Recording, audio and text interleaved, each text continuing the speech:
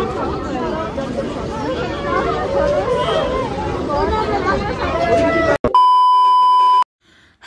नमस्ते and welcome back to my new mini vlog guys.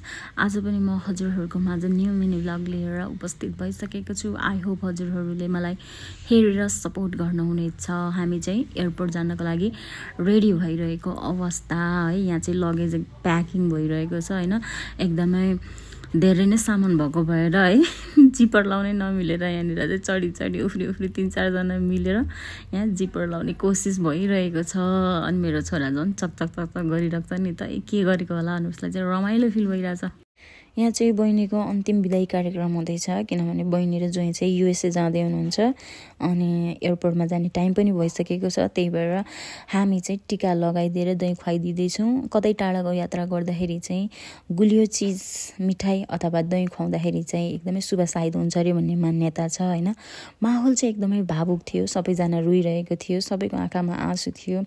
मलाई पनि एक मनले एकदमै खिन्न नरमाइलो लागिरहेको थियो अनि एक मनले चाहिँ म एकदमै खुसी पनि थिएँ। खुसी किन थिए भने अब बहिनी राम्रो अपर्च्युनिटी भएको कन्ट्रीमा जाँदैछिन्, राम्रो भविष्य बनाउँदैछिन्, त्यो कुरामा चाहिँ म एकदमै खुसी थिएँ। अनि दुखी चाहिँ के कुरामा थिएँ भने अब उता गइसकेपछि एकैचोटि 4-5 वर्षपछि मात्रै भेट हुन्छ। नेपालमा भएको जस्तो भेट्न मन लाग्दा भेट्न पाउने त्यस्तो चाहिँ हुँदैन। त्यही भएर मलाई चाहिँ एकदमै खिन्न लागिरहेको थियो। सबैजना रुइरहनु भएको थियो, माहौल एकदमै भावुक थियो।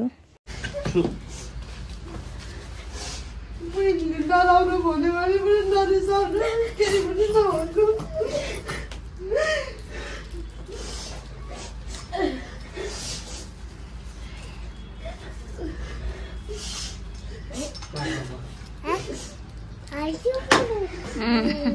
फुपू रुई रुई गरेको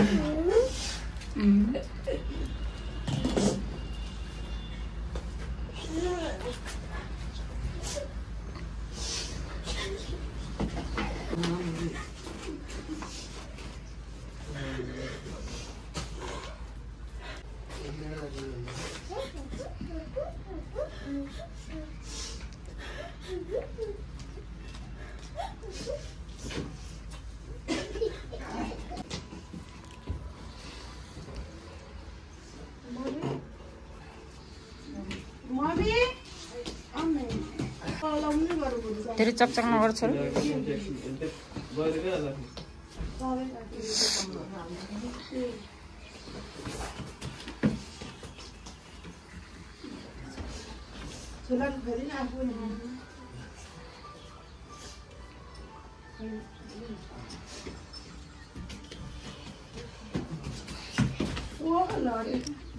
चकचक नगर छोरा।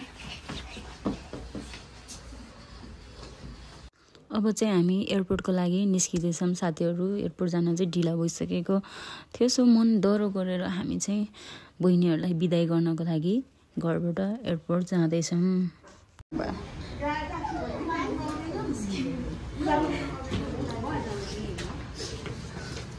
हामीलाई पिकअप गर्न क्याब पनि आइसकेको छ। हामी चाहिँ एयरपोर्ट आइसक्यौँ साथीहरू। हजुरहरू देख्न सक्नुहुन्छ त्रिभुवन इन्टरनेसनल एयरपोर्ट। एयरपोर्टमा चाहिँ माहौल एकदमै भावुक थियो, सबैजना रुइरहनु भएको थियो है। अनि म चाहिँ त्यति खास चाहिँ दुखी चाहिँ थिएन हैन। अब आफ्नो मान्छे टाढा हुँदाखेरि दुःख त लागि नै हाल्छ, तर पनि एउटा राम्रो भविष्य भएको, राम्रो अपर्च्युनिटी भएको ठाउँमा जाँदैछन्, उसको करियर राम्रो हुँदैछ, भविष्य राम्रो हुँदैछ भने हामीले किन दुःख मन गर्ने हैन।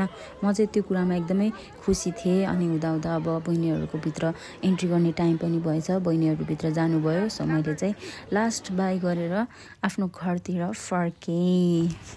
सो गाइज आजको लागि मेरो मिनी भ्लग चाहिँ यति नै हो। आई होप हजुरहरूले फुल वाच गर्नुहुनेछ र सपोर्ट पनि गर्नुहुनेछ। इफ हजुरहरूले सब्सक्राइब गर्नुभएको छैन भने प्लिज मेरो च्यानललाई सब्सक्राइब गरेर सपोर्ट गरिदिनु होला। Thank you very much for watching my video till the and.